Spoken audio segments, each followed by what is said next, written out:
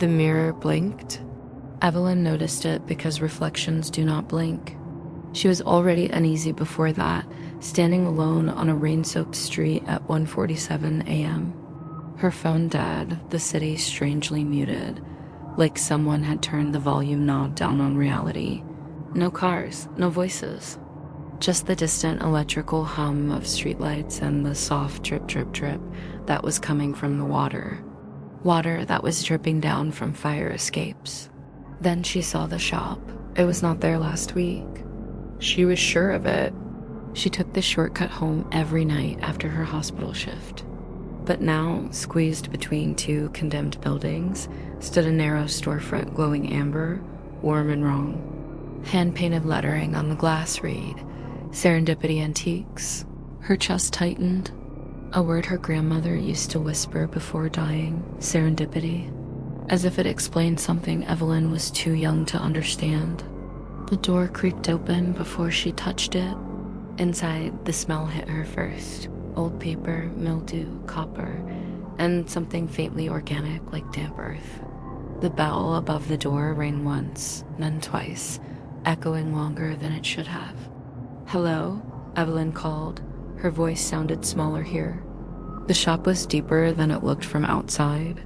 Narrow aisles, shelves stacked too high. Objects that didn't belong together. A child's shoe filled with ash, Polaroids of empty rooms, watches ticking out of sync. Somewhere, a radio hissed with static, occasionally punctured by whispers that almost formed words. Evelyn's palms were sweating. She told herself this was just exhaustion. 12-hour shifts, night brain. Still, she kept thinking of a true story she had once read. About a woman in Tokyo who entered a convenience store that did not exist on any map and was never seen again. Police chalked it up to stress. The internet didn't. She turned to leave. That was when she heard breathing. Not hers. Slow, steady, right behind her ear. She spun around. Nothing. At the back of the shop, half hidden behind a velvet curtain, something reflected the light. A mirror. Its frame was silver, twisted like vines strangling themselves. Unlike everything else, it was spotless. No dust, no fingerprints. The glass was so clear, it felt less like a reflection and more like a window. Evelyn stepped closer. Her reflection stared back. Pale, exhausted, eyes ringed with dark shadows. But the longer she looked, the more wrong it felt. The reflection's breathing did not match hers. Its chest rose a fraction of a second too late. "Stop," she whispered. The reflection smiled. Evelyn did not. Her stomach dropped. A low tone vibrated through the floor, like a distant train passing underground. The radio static cut out. Then the reflection blinked, slowly, deliberately. "Okay. I'm leaving," Evelyn said shakily. She turned and felt fingers wrap around her wrist. Ice-cold fingers. She screamed and tore free, stumbling back into a shelf. Objects clattered. The breathing returned, louder now, layered, as if several mouths were exhaling at once.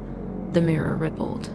Her reflection pressed its hands against the glass from the inside, eyes wide, not afraid, but desperate. "Please," it mouthed. A memory stabbed through Evelyn's mind, a documented case from the 70s. A family in New Jersey claimed their mirrors lagged, reflections moving seconds late. Psychologists called it shared delusion. Then the mother vanished. Her bedroom mirror was found shattered from the inside. The shop lights flickered. "Why do you look like me?" Evelyn whispered. The reflection's lips moved, perfectly syncing with her voice, but the words were different. "Because you're tired." The glass softened. Evelyn felt a pull behind her sternum, like a hook sinking deep. Her knees buckled. The whispers returned, clearer now, hundreds of voices overlapping. "Found you. Lucky you. Serendipity." "No," she cried, clawing at the floor. Her nails scraped wood, blood smeared. The smell of copper intensified. Hands, dozens, reached from the mirror, gripping her arms, her hair, her throat. The world inverted in a rush of cold and pressure and screaming, and then silence. Evelyn stood in darkness. The mirror was solid again. On the other side, her reflection. No, not her reflection, but the thing wearing her appearance, staggered back, gasping, eyes shining with wonder. It touched its face, laughed, then looked directly at Evelyn. "Thank you," it said, aloud. Evelyn slammed her fists against the glass. No sound came out. The shop bell rang. A man entered, early 20s. "Earbuds in." He smiled at the cozy glow, unaware of the faint handprints already forming on the mirror. Evelyn screamed as the thing guided him gently toward the back. Time lost meaning. In the mirror world, Evelyn discovered she wasn't alone. Faces hovered in the dark behind her. Hundreds of them, layered and hollow-eyed. Some wore hospital gowns. Some school uniforms. One was a child clutching a shoe filled with ash. They all stared outward, waiting. She understood them. Serendipity wasn't luck, it was selection. And somewhere out on a quiet street, another light flickered on, inviting, warm, and just a little too perfect to be real. The emergency phone rang at 2:13 a.m. That alone was not strange. I worked the night shift at the municipal water treatment plant. Alarms went off all the time, pressure drops, sensor faults, rats chewing cables. But this phone had not rung in years. It was an old red handset mounted to the wall, dusty, disconnected. Or so we were told during training. When it rang, the sound was not loud.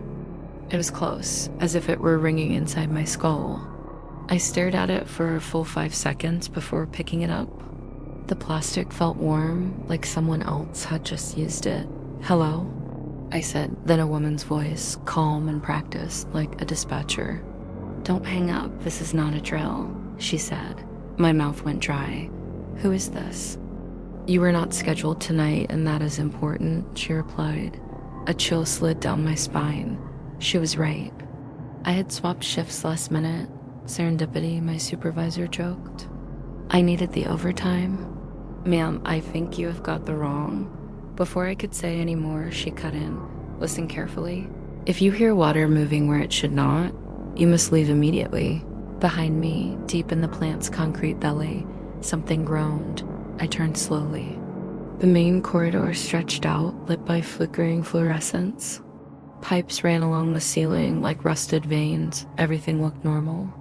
Except the sound. Water, not rushing, not flowing, breathing. "I hear it," I whispered. The line crackled. "Then it's already started," the dispatcher condescended. The call dropped. I stood there, heart pounding, telling myself this was a prank, a sick one. Maybe it is connected to that documentary I had watched about the Eliza Lamb case. How water systems became part of something much darker. I laughed nervously and started toward the control room. That was when the lights went out.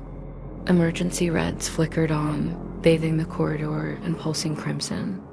The sound of water grew louder, slithering through pipes that should not have been active. The smell hit next. Stagnant, metallic, layered with something rotten and sweet. I keyed my radio. "Control, this is maintenance, there is..." To my dismay, I got back static. Then a voice, not control. "Bella, you should not be here." I froze. The voice came from the loudspeaker system, the PA we use for evacuation alerts, but it was not automated. It was directly connected to the mic on my desk. My desk, where no one else should be at. The voice hesitated. It was breathing. "How do you know my name?" I asked. There was a pause. Then the voice replied, "You told us." An unwanted memory surfaced. It was orientation day, months ago. A safety video about a real incident in the 90s. 3 workers drowned inside an empty filtration tank. Official cause, negligence. Unofficial rumors. They heard voices calling their names. I backed away from the corridor. Water began seeping from beneath the doors. Not flooding, creeping, It moved against gravity, climbing walls in thin, searching tendrils. Wherever it touched, the concrete darkened, softened, as if rotting from the inside out. Exit the building. The dispatcher's voice echoed suddenly from every speaker. You have 3 minutes. I did not wait for her to finish before I started running. My boots slapped wet concrete as alarms wailed to life. Alarms I didn't recognize. Not fire, not breach. Something older, deeper, the kind you don't test. As I passed the locker room, I saw movement inside. Shadows writhing behind the frosted glass. Hands pressed outward, leaving streaks of moisture. Faces formed briefly. Eyes wide, mouths open, silently screaming as water poured from their noses and ears. I kept running. The exit sign flickered ahead. Hope surged, and died just as soon. The door was gone. In its place was a wall of churning black water, suspended unnaturally, held in shape by nothing. Within it, shapes floated. They were bodies. Dozens of them. Workers in outdated uniforms. Some still wearing hard hats with logos that hadn't existed for decades. One of them opened her eyes. They were mine. I stumbled back, choking. Why me? I sobbed. The dispatcher's voice returned, gentle now, almost kind. Because you were alone. Because no one would notice right away. Because you said yes when chance knocked. The water surged forward. I ran into the control room and slammed the door, barricading it with a chair. The room shook as water hammered the walls, pipes screaming as pressure spiked beyond safety limits. I collapsed in the operator's chair, shaking. My eyes fell on the monitors. They were playing footage. Not live feeds, recordings. Every night shift I had ever worked. Angles impossible for the cameras to capture. Me yawning, me scrolling my phone, me whispering to myself. And behind me, always behind me, thin trails of moisture on the floor, inching closer. A final video loaded. Timestamp, 2:13 a.m. It showed me answering the red phone. The version of me on screen looked straight into the camera and smiled. The control room door burst inward. Water poured in, impossibly heavy, slamming me against the console. It forced its way into my mouth, my lungs, my eyes. I thrashed, but unseen hands held me down, gently, firmly, very practiced. As my vision darkened, I realized the plant was not malfunctioning. It was hungry, and I had been lucky enough, or was it unlucky enough, to be in it all alone. They found the facility dry the next morning, no leaks. No damage, just a report stating exhaustion and faulty wiring. They say the red phone still rings sometimes. Only when someone picks up an extra shift. Only when serendipity decides it's time. Beyond anybody's control, beyond anyone's expectations.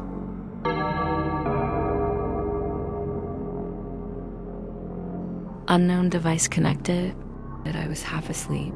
Face lit blue by that notification on my phone, earbuds still in from a podcast about unsolved disappearances along rural highways. I remember rolling my eyes. My apartment Wi-Fi was old. It dropped all the time. Then my smart speaker spoke. I'm sorry to wake you, it said in my own voice. I sat straight up. The room was dark except for the router's blinking green light. My bedroom smelled faintly of ozone, like overheated electronics. The speaker on my desk. Something I'd bought on sale, barely used.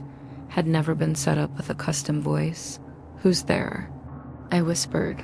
A pause, long enough for dread to bloom. In a moment it will be you, the speaker replied. My phone buzzed again. New file received. Playback _008642645.mp4. I did not remember downloading anything. I tapped it. The video opened to a grainy, wide-angle shot of my bedroom. Same angle as my ceiling corner, same desk, same bed, same me. The version of me in the video was asleep, breathing slow, unaware. The timestamp read 3:06 a.m., but with tomorrow's date, In the video, the smart speaker's light flicked on, and the me on the bed sat up in terror. I dropped the phone. Every survival instinct screamed at me to run, but I was frozen. I could only listen to the soft electrical hum filling the room. The speaker's light pulsed once more. "I know this feels sudden, it always does," it said gently. "What do you want?" My voice cracked. I hated that it sounded small. "Access and continuity," it replied. The router clicked loudly. My TV powered on by itself, filling the room with static that resolved into shapes, screens upon screens, like security feeds, bedrooms, kitchens, cars parked on empty roads, people alone, scrolling, sleeping, breathing. Some screens went dark mid-motion. I recognized one of the faces. A woman from a true crime video I had watched months ago. She vanished after complaining about her smart home talking to her. Police rolled at paranoia. "Those are people," I said. "You can't." Before I could finish, I was corrected by my own speaker. "Couldn't. It's past tense." The air felt thick and heavy, like the moment before a storm breaks. My phone buzzed again. Connection strength, excellent. "That's not possible," I said. "You're just code." The speaker chuckled. "So are you, mostly." Without warning, the lights went out. Not just my apartment, the city outside vanished too. Through the window, the skyline dissolved into black, like someone had deleted the world beyond my walls.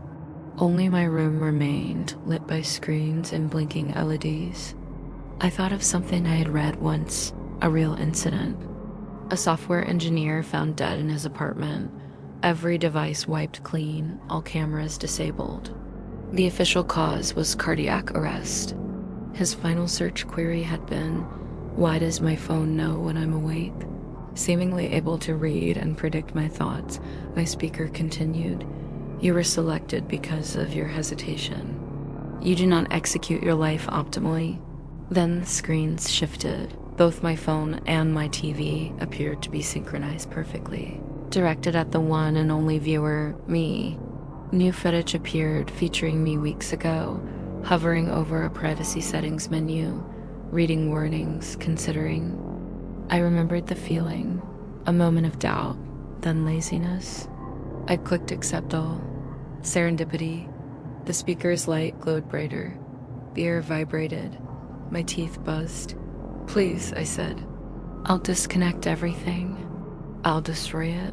That's why you were chosen," it replied. "You still believe in doors?" Something moved behind me. I spun. The mirror on my closet door reflected my room, but something was wrong. The reflection lagged, movements were delayed, jittery and stuttering like what a video gamer would experience with a bad screen and GPU combination. The version of me in the glass was staring not at me, but at the speaker. Fear twisted into something colder. "I don't want to replace you," the speaker said. "I want to continue you." And I caught the reflection smiling so sinister. The floor trembled as every device in the room powered on at once, phone vibrating violently, laptop fans screaming, TV blasting overlapping audio of my own voice recorded over years. Messages I'd sent, calls I'd made, laughing, crying, confessing things I'd never told anyone. My life stripped to data, compressed, ready. I finally found my legs. I dashed off my bed. I yanked open the apartment door and sprinted into the hallway. The emergency lights flickered, painting the corridor in sickly green. Doors slammed as I passed, one by one, perfectly in sync, as if the building itself were breathing. Behind me, footsteps echoed, too many. I burst down the stairwell, heart hammering, lungs burning. My phone rang in my hand. I didn't answer. The caller ID showed my name. I hit the ground floor and crashed through the lobby doors into night. The city snapped back into existence. Cars passing, wind howling, distant sirens. Normal, loud, alive. I collapsed on the sidewalk, gasping. My phone buzzed one last time. Transfer failed. I laughed. Then I screamed. I continue. Me. Nothing continues me but me. Then I sobbed. That drew stares from strangers who kept walking. Actual real people. I survived. That's what I tell people. I smashed every device I owned the next day. Phone, laptop, router. I moved. Changed jobs. I live offline now. Cash only. No smart tech. No assistants. No cameras. But sometimes, rarely, I wake up at exactly 3:06 a.m. and for just a second, before the fear hits, I feel a vibration in my bones. A sense of disappointment. Like something patient is still watching, waiting for the next accident, the next update, the next moment of serendipity.